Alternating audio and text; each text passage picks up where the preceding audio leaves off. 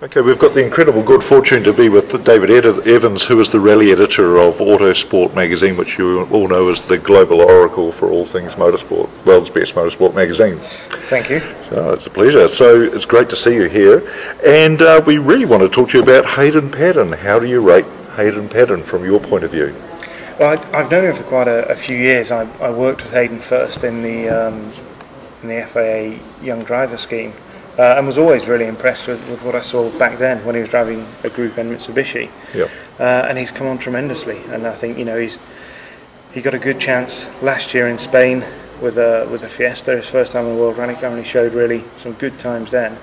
But he's come on in leaps and bounds this year. He's been sensational. Well, he's shown a lot of consistency, hasn't he, this year, which I guess is really important. You really have to be finishing rallies in his position. Absolutely, and one of the absolute highlights for me was Finland, where he was on pace. He was beating Juho Hänninen, who's one of the brightest young things to come out of Finland. And I think it was that around the service park you could almost feel that day the change, that Hayden was really accepted as one of the drivers that's coming through now. Finland is not an easy place to go to. Okay, he's been there before, but you need years of experience really to drive well on those kind of roads and to beat the Finns, and he was doing it. And I think he had a puncture or something in the end, or power steering problem. Yeah, power steering problem. Yeah, he was running sixth at the time, wasn't he? Which was great. And so no, for me that was the point that we really saw him.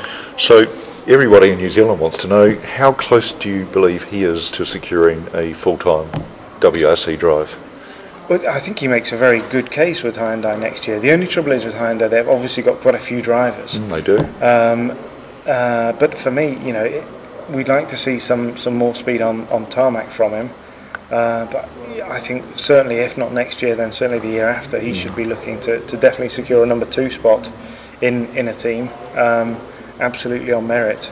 And this championship is all about experience, and he's been around for a while now, but there are certain events that he hasn't done. He needs to get a full year under his belt. Yep. And we've seen a little bit of that with Chris Meek this year. He's come in, he's been around a long time, but he hasn't done a full season. He's kind of still a rookie in WRC terms. Yes. And you can see on the events where Chris has struggled with no experience, and Hayden will struggle on certain rallies still. But no, great chance for the future. So it's our understanding that Hyundai have a new i20 rally car next year. They'll introduce midway through the season. Is it your understanding that they're going to maintain the same team structure that they've had this year? We're basically running 2 levels.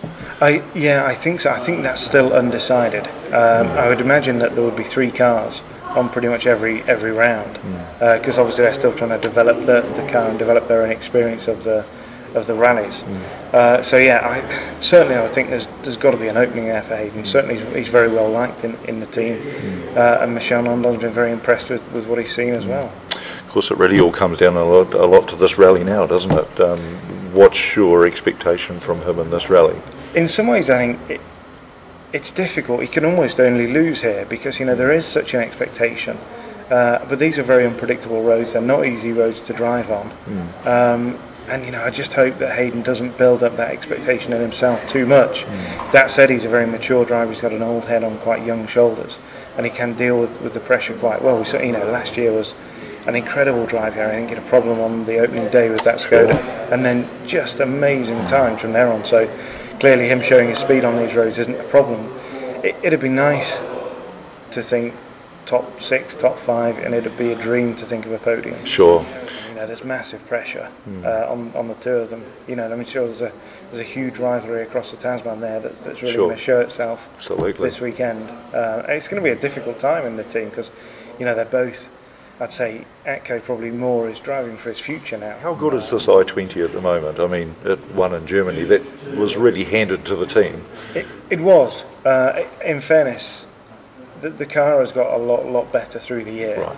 And for Finland they had some more upgrades, some more improvements, some engine mapping work and some differential work, and it's an ongoing process. I think they have maybe a little bit more engine work here, and then they'll have more in France. It's good. It's not at the level of a Volkswagen yet, but it's getting there. It's very encouraging to see the way that they sort of flattened that learning curve so quickly this year. So yeah, but you're right. I think the win in Germany was quite fortuitous, but it's a good car getting better. So you've had food poisoning. Yeah. You're in Australia. Most of Australians don't want you to win.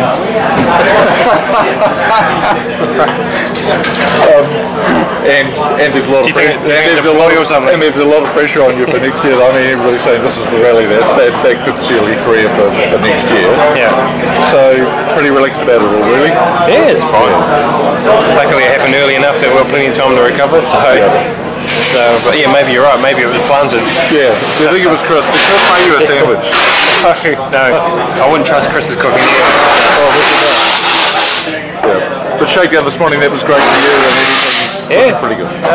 Car's going well, and we did some good things with the setup, and so at the moment feel comfortable. So that's the main thing. Is this the first time that you've been allowed to choose exactly your own setup for the car? I understand in previous rallies you've had to go on a... It's always been free. It's just that we've been a bit blind in the past, not having the previous knowledge to go off. So we've used obviously Terry that are going pretty fast. It's a good base to start from. Whereas now we're starting to go down our own track to suit, because my driving's a little bit different to Terry's. So it's. Will they continue going forward? Oh, of course. Yeah. We've only done one day of testing with it so far, so it's just going to keep progressing over time. And throughout the rally, we'll learn some new things about it, and then put that into practice. So where are you on the road tomorrow? 10? 10 on the road tomorrow. Yeah. Where do you think you'll be at the end of the day? It's going to be hard. Like there's a lot of fast drivers here. If we can try and be in the top 6 or something, that'd be great for a road position point of view for Saturday. But even to do that, it's going to be pretty hard. But we're going to be trying pretty hard. Go the Kiwi! You can pump up your arms.